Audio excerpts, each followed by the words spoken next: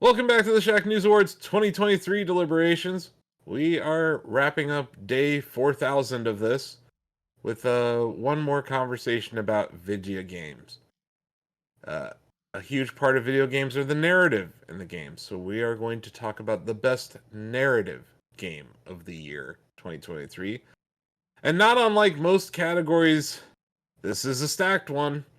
So here are the nominees: Alan Wake 2, The Legend of Zelda: Tears of the Kingdom, Thirsty Suitors, Goodbye Volcano High, Marvel's Spider-Man 2, and Baldur's Gate 3.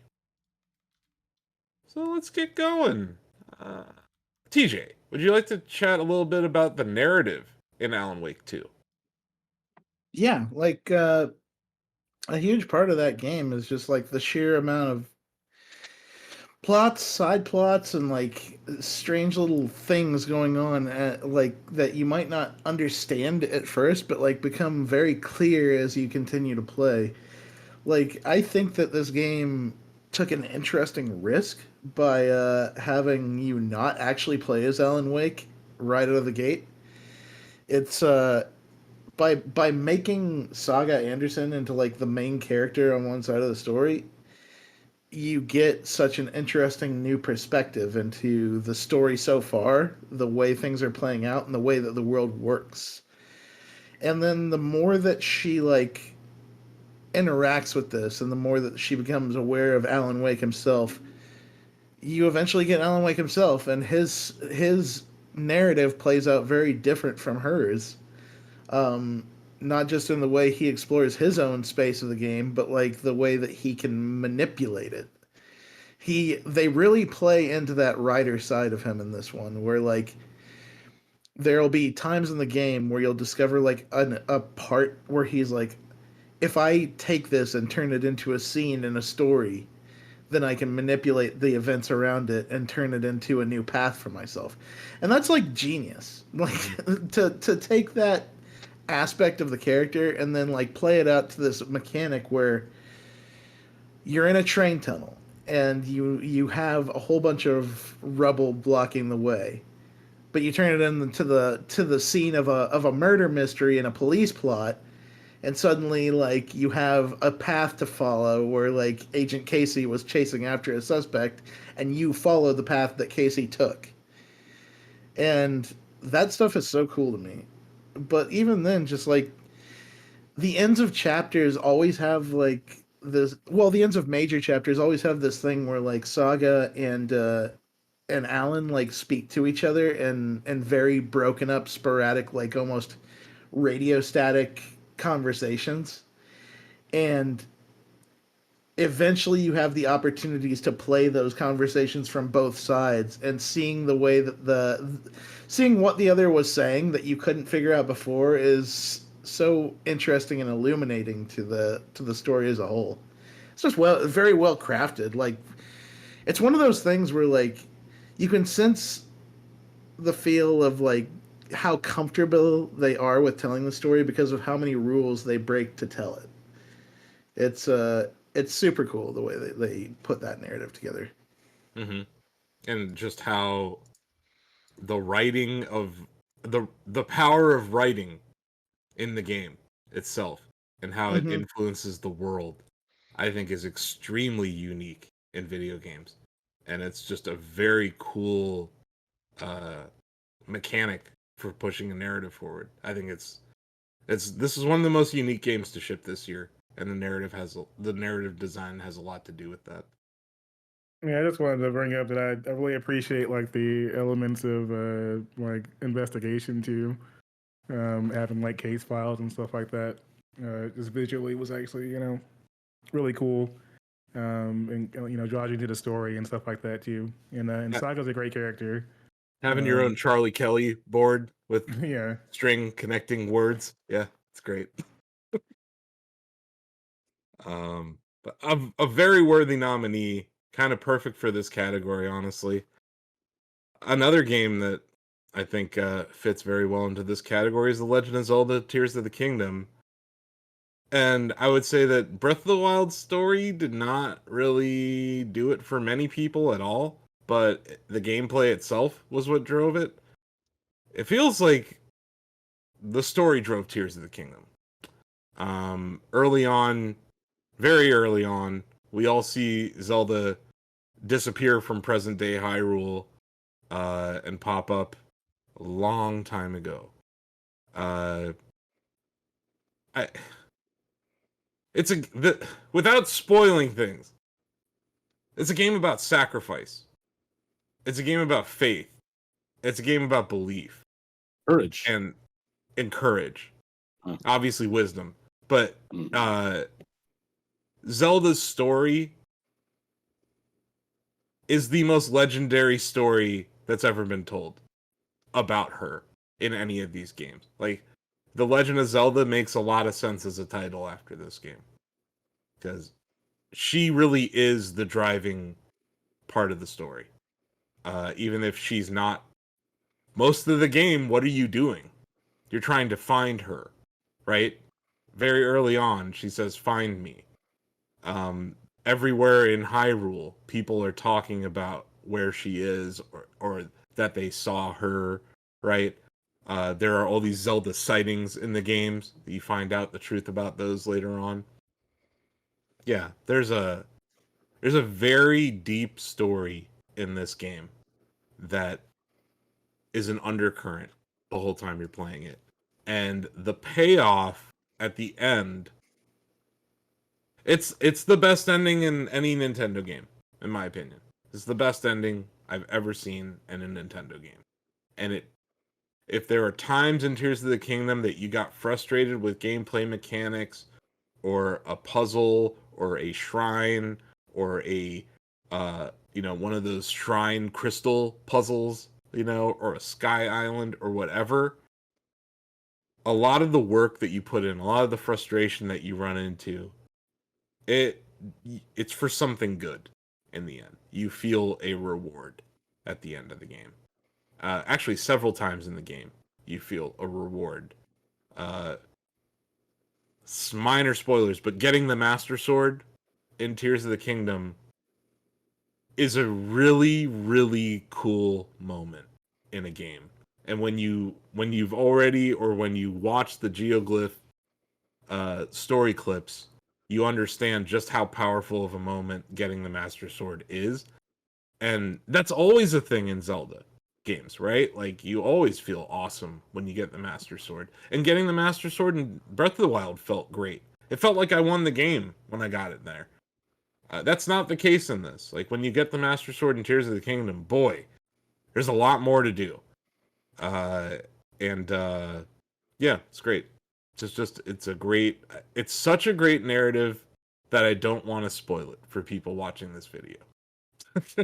And that I think will hamper my ability to debate in its favor here. But I would rather not spoil it and tell just people to trust me when I say the ending is an amazing payoff, both from a gameplay perspective and from a narrative perspective. And I also just like, if we're talking characters, I love Rauru, I love Sonya, I love all of those old sages. Dave and I have been talking about this a lot. Like, there's some echoes of Ocarina of Time all throughout this game, and I would say that Ocarina of Time was probably the best Zelda story before this that was told. So yeah, it's just cool. It's very cool to see echoes of the past, and yeah, this is a story about sacrifice. It's a story about sacrificing everything because you believe in something so strongly, and I think that's a powerful narrative, and it kind of it validates the time that you spend that may be frustrating in the depths or wherever you run into problems in this game, because there's going to be problems. The narrative is definitely not that. It's not in the way, but it does enhance the experience, in my opinion. Does anyone else want to talk about Zelda's story, or no? Yeah, I will. It's very rare that a story in a video game grabs me at all. It's not really why I come to video games, and also I still think most video game stories are subpar. Mhm. But the narrative in this game elevated Tears of the Kingdom from near the bottom of my Game of the Year list to much closer to the top. I still like playing it, but I didn't like playing it nearly as much until I got invested in the story. Mhm. And the interesting thing is they did Zelda stories have always been more or less throwaway. They're a framework for the non-authorial storytelling and for, the metaphors for courage, wisdom, and power. Mhm. But I really like that the glyph quests, the ending, getting the Master Sword, these are gameplay moments of a sort, but they echo narrative moments. Like, odds are you're going to get the Master Sword before you understand the significance of anything involved in that scene. It's not until later Yeah. that you get just how significant that is, just as certain other characters had to wait a very long time for something very significant to happen. It's kind of cool parallelism there. And also, like, yeah, there are echoes of Ocarina of Time, which at one time was the top, the first entry in the timeline, and also echoes of Skyward Sword. I think there's a very, very good reason Nintendo remastered that game recently rather than any other.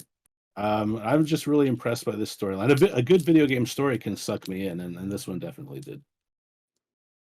It definitely drove me because, like, I was talking with our guides editor Sam Chandler early on during my review process of the game, and he was like, "Hey, have you seen this glyph yet?" I was like, "No." He's like, "Just go." He's like, "Go get all the glyphs." I was like, "Okay." So I spent like a day, and I went, and the act of unlocking the glyphs. I just want to mention this.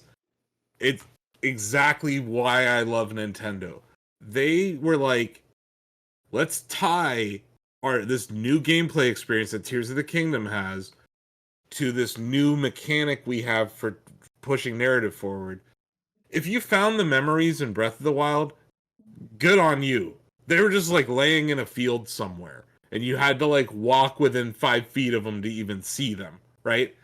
This is like there are these giant geoglyphs written all over the world, and each one of them, when you're falling from the sky, there's this tier. And if you land on the tier, you unlock the story.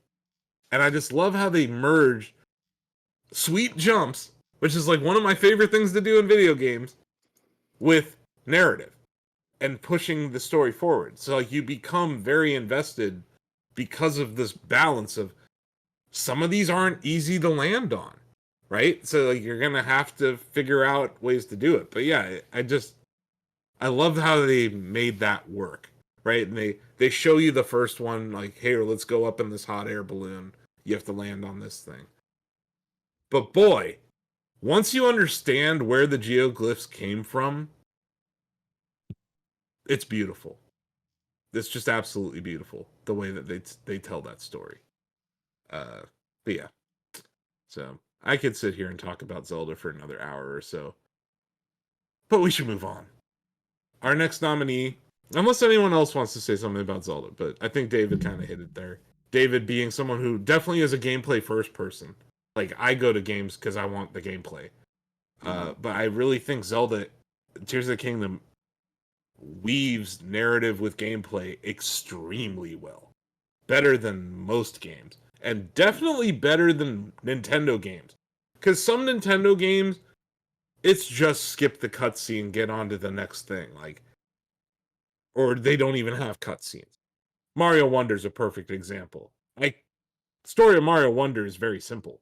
Bowser shows up, eats a flower, turns into a floating Bowser castle, holds a concert. It's great.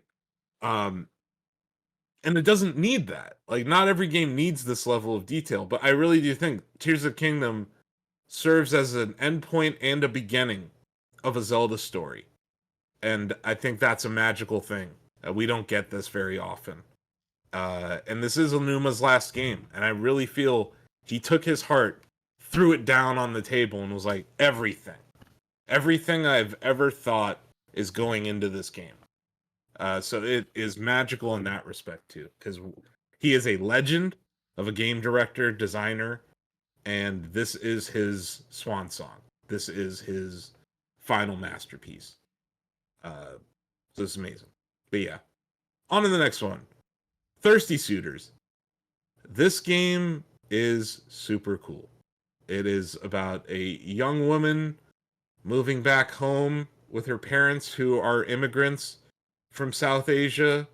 Uh, Maybe they want her to get married. She Jala goes through uh, kind of all of her past relationships when she moves back into town, and it's a familiar story to a lot of people, but at the same time, it's a story about someone who is bi. It's a young woman who is Indian. These are not. Uh, that's not a protagonist that we see every day, right? And I love that they did that. They took that risk over there at Outer Loop Games. They told an amazing story, and they really did a good job of explaining what it feels like to be a first generation immigrant in America, uh, and dealing with being a Westerner in the eyes of your parents or your grandparents, while also being viewed as a foreigner in the eyes of many Westerners. And I just think they told an amazing story, and it's cool. It also has sweet skateboarding in it, but yeah, like there is a. I hope this is a trend of more unique stories about different cultures and how different cultures make up what is America, right? Which is like supposed to be a melting pot. And now we're gonna start to see second generation immigrant children in America, and they're gonna get to grow up or get to see stories like this. And it's super important, I think, to see characters that look like you in art, in media, in general. But even if you don't look like Jala, even if you're not bi, her story is great and interesting and transformative. And I think it's just it's an excellent game. Very worthy nominee for this category. And yeah, I'm biased, but I'm excited to see brown people in games. I think it's cool. And I felt that way about other like minority representation. Like I love the Miles Morales game. Because there's a line in that where they're like, he's our Spider-Man, right? And yeah, it's towards the end of that game, but it's great. And yeah, I hope this is a trend. I hope this is a trend. We get to see more cool stuff, more cool stories like Thirsty Suitors. And yeah, another indie game. I'm not sure if anyone here reviewed it, but Goodbye Volcano High. Did TJ? Did you review it? I didn't review it. This was like one of my laments of gaming this year at the time it came out, that there was so much going on at the time that I never got a chance to like review it or play it on Indylicious, and I hated that. So I'd heard good stuff from a lot of folks. I went back and explored it. It's a good one. Those who like games like I'm sorry, Don't Nod's big Yeah, thing. Life is Strange. Life is Strange would do well to check this out, because it's a story of dinosaurs in their last year of high school, like and like that typical teenage angst of like we're all about to like go our separate ways and the world is as we know it is ending, in that teenage angst way, but the world is actually ending because there's an asteroid coming to destroy them all. And so like how do you cope with that while you're trying to like live your days with your friends and live your best lives? And it's emotional, it's funny, it's well animated and well Yeah. voiced. I didn't know that what's her name? The person who voiced Alex in Half-Life VR voices one of the lead characters, the Triceratops girl. Wow. And that's like, wow. To hear her voice in this game is really cool. Like, there's a lot of good talent here from the visual side, from the voice acting side. It's a game heavily based in music because the main characters, they're basically getting engaged in a battle of the bands as part of like their senior year of high school. And there was a lot of emotion here, and there is a lot of passion poured into this game. and you can just feel it from beginning to end. And it's not often that we get like a indie. We have Thirsty Suitors here, which is obviously another one like that's very very good and a very interesting perspective. And I guess it kind of speaks to the fact that we don't often get years where the indie scene puts up such awesome narrative options. I thought this game was very cool. I wish I had been able to give it more time when it came out, but I would be remiss to not mention it here at the end of the year because it absolutely deserves some attention. It absolutely deserves some play, I and love folks the should art definitely style check it too. out. I love the art style of this game. It's a beautiful game too. Hmm. But yeah, definitely a worthy nominee. And what a year! It's also been an amazing year for game releases. Uh, and we're gonna have our own top 10 list of indie games that we publish with the Shacknews Awards. Because sometimes in a year with I don't know how many AAA games that released this year, some of these games aren't going to find their way on the top 10 list for Game of the Year, but they will most definitely show up on the top 10 indie list. And I think both of these games, I wouldn't be surprised if they do. Both of them are cool as hell, too. Highly recommend both. Try them out. Support indie devs. Next up, Marvel's Spider-Man 2. Donovan, let's talk about this story. Let's do it. So I think it's a very fun one. Obviously, Mhm. the big thing here was like them taking on Miles and Peter simultaneously and kind of interweaving their stories as both just like people and as Spider-Man, respectively. I think they do quite a good job with it. Of course, Miles more so like going to school, trying to get the girl, and then Peter is more like my long-term relationship is having issues. I'm like getting into the next phase of adulthood, so they're both dealing with very different like life problems. And And you throw also, a like symbiote into the mix. Pete's dealing with the death of May still, right? So like he inherits their house. It's still very Mhm. much not it does like it's like he's living a bachelor life in that place cuz MJ hasn't moved in yet. There's like Mhm. there's a lot of interesting stories about relationships with Pete in that. And also Pete and Miles' relationship is another story Mhm. that builds up to a moment where Miles maybe does something super heroic to help Pete out. And I love how like Rio Morales will like call Pete at times Yeah. or like, you know, Miles is calling MJ and like there's a few missions where like Miles is sent to go deal with like one of Pete's ex-girlfriends and like it's just Mhm. having both Spider-Man in this is just great. Um and yeah, like while I may not enjoy the gameplay of every Mary Jane mission, the Mary Jane missions do push the narrative forward. Uh she is she is a vehicle for that in several ways that I think Mhm. they executed very well. I do feel like they did focus more on Mary Jane and Pete in this game. Am I wrong in saying that? No, that I you're don't. right. They're a big emphasis on this one, I feel like. Yeah, because I'm biased. I just like Miles. So I was like, I could go for some more Miles here, but you know, you can play these side missions that Yeah. also create narrative for Miles' story, which is Yeah, he has excellent. his moments. He has some great stuff in there too. He does, and he's still growing up in this game, right? Like the undergoing narrative for Miles is that dude does not want to write his college essay.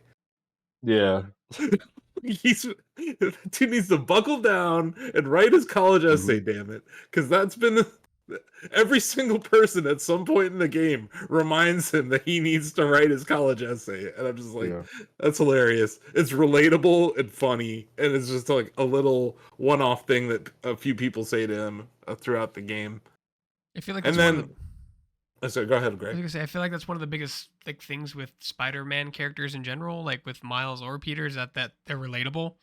Like you have your Batmans, you have your Iron Mans, but like they're Hmm. billionaires that just do this for fun on the side. Like Peter has to work, Miles has to go to school, and that's much more relatable than even the X-Men who live out of school and it's their job to go out for the school and fight crime. Like that's not the case for Peter Parker or And like Miles. Yeah. and like very early in the game, this isn't that big of a spoiler or anything. Pete loses his job. Yeah, he loses right? his job first day. Yeah, that's basically It's how like- it works.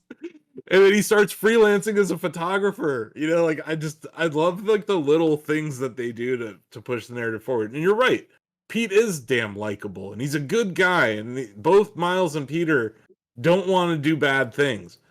But the symbiote is in play here. Mhm. And the symbiote changes whoever it touches, right? And the way that the symbiote kind of weaves throughout the story is amazing. I think the reintroduction of Harry and Oscorp and all that stuff into this game is also a huge part of the story. The relationship between Pete and Harry is awesome. I will say, And, I think it was a mhm. huge, like, this isn't a really big spoil, but I think it was a huge miss that that the symbiote didn't go on Miles.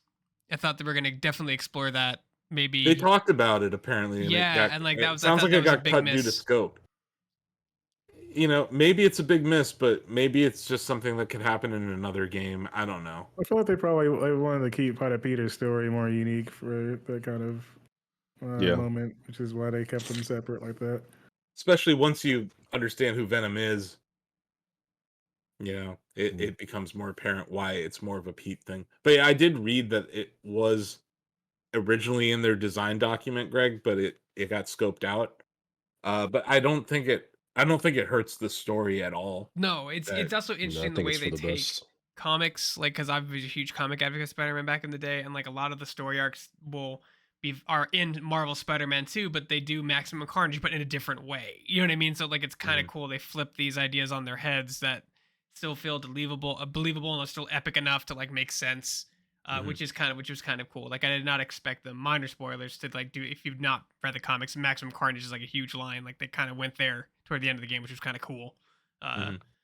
But you didn't need to read that line to understand what was happening. Like at the same time, they made sure it was all presentable in a way that, yeah, you'd probably have to play the other games to get the full effect, but you could jump right in without having never read a Spider-Man comic in your life, only seeing the movies and understand the majority of what's going on. Which is also a challenge in comic book adaptations nowadays. Like you have to have a lot of knowledge about what's happened before, after, whatever, but not so much in this one. Donovan, what did you think of how Craven played into the narrative of this game? Craven was cool. He's cool. He's definitely more of a like first act villain or like Yeah. an opening villain. He's a But segue. yeah, but I thought he was really cool. I think the way that he sets up a lot of the stuff that happens in the second half of the game is great. I think all the stuff they do with like his like mansion and whatnot that he was at was pretty wild. Yeah, that Um, the scene where you have to drug the tiger is pretty great. Yeah, that's all very good stuff. And also his whole thing with like, oh, is there not anyone on this planet that can challenge me? Well, on this planet, no. Technically, no. So was Not on this planet. Yeah. But yeah, I don't want to spoil anything, but Craven I thought was kind of interesting, especially how that story arc ends. I thought was that the scene that leads up to that battle with Craven with that one playable character. I found that all very enjoyable, Donovan. There's these moments where who you're playing as really does push the narrative differently. And I think the diversity of different characters that you can play as in Spider-Man 2 is part of why the narrative is so cool. But yeah, definitely a worthy nominee here. Does anyone else want to say something nice about Spooderman? Does anyone have any pictures for me? I've been asking for pictures of Spider-Man for years now. You have too many. Yeah. Never Okay. have enough. And then our final nominee for this category, which is yet another stacked category. I have a feeling that I'm going to just say that every time now until the end of these deliberations. Baldur's Gate 3. Can someone explain how this amazing D&D video game falls into this category? I don't understand how D&D could be a narrative game. No, seriously. This Yeah, is, I mean it's the the crazy thing about Baldur's Gate 3 is that like I like the story in the game a good bit. Like it's essentially you've got like this Illithid, which is like this alien parasite in your brain, and there are a bunch of other characters that have them, and they give you weird powers, but they're also slowly killing you. So it's kind of like race against the clock. Let's figure out what this is and get it out of us. But I don't even think that's like I don't think that story is profound itself. I think what's profound about Baldur's Gate 3's narrative is the way that that narrative branches in what feels like endless directions based on the smallest and largest of decisions you make at every turn. Like every game has a branching narrative in 2023. It's very popular and common at this point, but it's like everything you do in Baldur's Gate 3 it affects the narrative. You'll say something to a character and they'll come to your aid 5 hours later and you're like, wow, I didn't think that mattered when I said that to you at the shop back there. Or you'll let somebody die and like in Act 3 you'll like meet their wife. And they're like, yes, my husband never made it. And you're like, oh shit. Yeah, There's sorry just about so that. That was many my bad. yeah, there's just so many moments like that throughout the game where even when you think, oh, this is obviously am I going pathway A, B, C, or D? Even when you think you've got it figured out, they're constantly throwing different curves into the story. And hear my friends tell me things that happened in their game, and I'm like, wait, where did you go? Like, how did you do that? Um, it's pretty remarkable, and the game is already just packed with content. Like one playthrough feels like way more than enough, but the replay value there, if you're hungry for it, is endless because of Yeah, what they you do could with play this that game for narrative. thousands of hours. And Like see something they're different. Yeah. different outcomes, obviously different character builds, different team composition, different decisions. Yeah, like I would love for them to like tell us how many permutations of story there are in this game because it's got to Yeah, be millions, It was right? too that'd many be to add great. a voice actor. That was the big thing. The scope would have been too huge if they had two different voice actors, male and female, do all the lines for the Yeah. protagonist. Yeah, for your I mean, character. they self-published this game too, so yeah, Um, I'm and then sure like there that was. too. Like with Spider-Man has like this grand story that's a really like it's the main campaign. You play through the main campaign. It's labeled as the main campaign. There are side mission stuffs you do that are cute, but like Boulder's Gate, like to Donovan's point, like it blurs what the main campaign is and what a side quest is all the time. Like you Mhm. may think you're doing a Mhm. side quest thing and then it ends up looping back to the main campaign in some weird way and you're like, well, I wasn't expecting that. I think that's just the scope is so much bigger in terms of narrative. But bigger doesn't always mean better. It's just huge. Just the amount of like you said, I think paths you it's take. I think it's the branching aspect of the narrative in Baldur's Gate that's really impressive because yeah, you can have them branch, but having it work and actually feel Mhm. cohesive and not dumb is very difficult. And these things can also break games. So like it's I think it's a testament to their storytelling and what they've done in the past, right? Hmm. With some of the other Larian games. Uh that I think was it like Divinity Original Sin 2. They learn each time more and more. Well, like they have a track record of making some very good narrative games and some very good branching narrative games. And this is like I think this is their masterpiece. I've just said it all year like this is the best adaptation of D&D into a video game ever. And that deserves praise. Like immense amounts of praise. Because people have been trying this for a long time. Like and it doesn't always work out great. But yeah, some very worthy nominees. Gee, I'm going to start this a little differently. Greg, I want you to vote first. Ooh. Oh Jesus. Okay. God, it's for me. It's between I think Spider-Man 2 and Baldur's Gate 3. I think just because the scope of Baldur's Gate 3 is so gigantic, I think I have to do that Baldur's Gate 3. Cool. And I know you personally, like, you're not in love with that game either. I'm not a fan. That's interesting. But yeah, I was surprised by that. But yeah, I I'll get think more into it later in other awards. If I'm yeah, allowed. for sure, for sure. We'll have plenty of time to talk Baldur's Gate 3 at the Shacknews Awards. TJ, I'm gonna give it to Goodbye Volcano High. I really loved the story of that game, and I thought it was very well presented on all fronts. mm-hmm. There are no wrong votes here. Bill, It's going to come as a surprise, but when you said you have to know the ending of Tears of the Kingdom to judge this, not today, previously, I went and educated myself because I don't mind spoilers. They don't bother me at all. So, understanding how that played out and looking back at my own experiences in that game and realizing that there were major plot points happening all around me that just hadn't revealed themselves yet. And knowing how that all plays out is one of the coolest things, and I have to vote for Tears of the Kingdom for that because that's the standout for me in terms of just the absolute surprise of it. It is. It is a surprise, and it's that weaving of the gameplay with the narrative in Tears of the Kingdom that makes it very special to me this year. It's like it was right there all along, and you just didn't know it. Yeah, it's and that literally in was the first 10 minutes of the game once you wake up on the Sky Island. You know? Yeah. Staring at you. It's right there. And you don't know. I well, love now that. I know. I love that. I Yeah. love that kind of storytelling. And- I fucking love. And most years I probably would have been Baldur's Gate, but I just find what's happening in Tears of the Kingdom is something that I'm just much more personally engaged with that story. That's all. So. Yep. Steve. I'm giving it to Tears of the Kingdom, but TJ almost got me to go with Volcano High, but I'm going with Tears. Yeah, I mean, both these indie nominees. It's tough to be in a category with Tears of the Kingdom and Baldur's Gate 3, but props to Thirsty Suitors and Goodbye Volcano High for being nominated in this category. They're both excellent. Denny. Yeah, it's a stat category. Like I'm really enjoying Alan Wake 2, and the storyline there. Tears of the Kingdom, obviously, also amazing.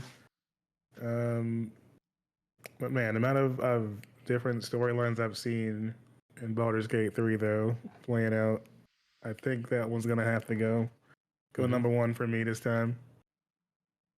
Like I said, no wrong votes here. David. Zelda. Okay. Ozzy voted for Thirsty Suitors. And what? Sam. Yeah, Sam. Let me get Sam's vote for you. I'm gonna guess Baldur's Gate 3 for Sam. You're wrong. Really? Wow. Sam voted for Alan Wake 2. Donovan, did you vote? I did not know. Donovan's not voted. My bad. It's because I started with Greg. Donovan, what's your vote? This is the toughest one in a while, but I will go ahead and give it to The Legend of Zelda: Tears of the Kingdom. Wow. Wow. Well, my vote doesn't matter, you guys. But I have a feeling that the case I made for Tears of the Kingdom may have affected this category's outcome. That being said, I'm gonna vote for Thirsty Suitors, because I want more representation in games like that, and I think that's fucking cool. And but yeah, maybe if the vote went a little differently, my vote may have changed if I had to sway things. But I'm kind of imagine. glad. I'm kind of glad I didn't have to choose between Zelda and Baldur's Gate 3 because that's very difficult. But yeah, The Legend of Zelda: Tears of the Kingdom is going to win the Shacknews Award 2023 for Best Narrative Game because it's a story of sacrifice, courage, And time travel. and patience, and belief. And I think those underlying themes are things that are good in storytelling. And yeah, I highly recommend that people get to the end of that game before you judge.